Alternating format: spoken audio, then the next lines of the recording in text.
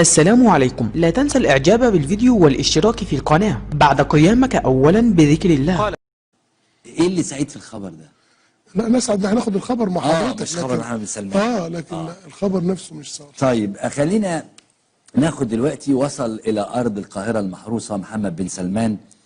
هقول التايتل عشان تبقوا فاهمين ايه اللي بيحصل. محمد بن سلمان هو ولي عهد مش ملك، في فرق.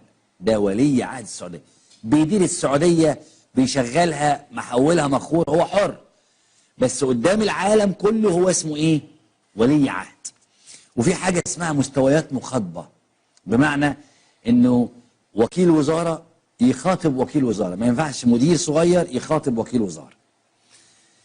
فجأة اكتشفنا ان السيسي بيروح المطار بنفسه يستقبل ولي العهد. برضه هديك مثال تاني. لو ان ولي عهد انجلترا الامير تشارلز، ولي عهد انجلترا، نزل امريكا، هل هيستقبله ترامب؟ طيب لو ولي العهد ترامب اسمه ايه ده تشارلز، نزل الكيان الصهيوني، هل هيستقبله نتنياهو؟ مش حاجه اسمها كده اصلا، لانه ده صفته ولي العهد. نشوف فيديو استقبال ولي العهد ونشوف السيسي عمل ايه والراجل عمل. نشوفه من الاول، بس خلي بالك مش هينزل من الطياره غير لما السيسي يوصل للسلم. نشوف كده مع بعض. دي كانت مراسم استقبال ولي العهد. بيقف رئيس دولة يستقبل ولي عهد، ما رضيش ينزل محمد بن سلمان غير لما السيسي يبقى تحت السلم، يعني واقف تحت.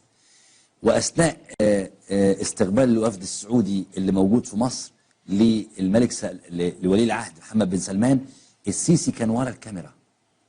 يعني لو جابها علي تاني، شوف السيسي كان فين، لدرجة ان احمد القطان اللي كان سفير وبقى وزير دلوقتي اتخبط فيه بكتف كده، ومعلش رايح انت شويه.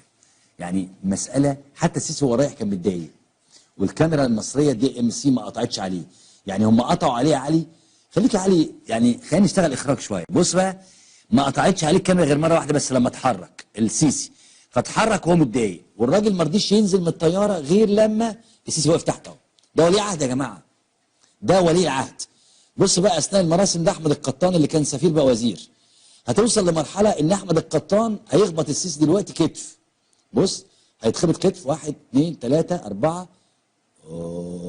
هيخبط في كتف. بص انا اسف معلش، فاول، ثبت فاول وشوط على طول، مش تتكلمش في حكم. يعني الراجل خبط فيه وقال له انا اسف جدا. بص بقى، هتوصل ان السيسي هيتكلح. اولا ده كلهم سعوديين اللي بيشتغلوا في السفاره هنا. او بص بقى، فين السيسي بقى؟ فين علي؟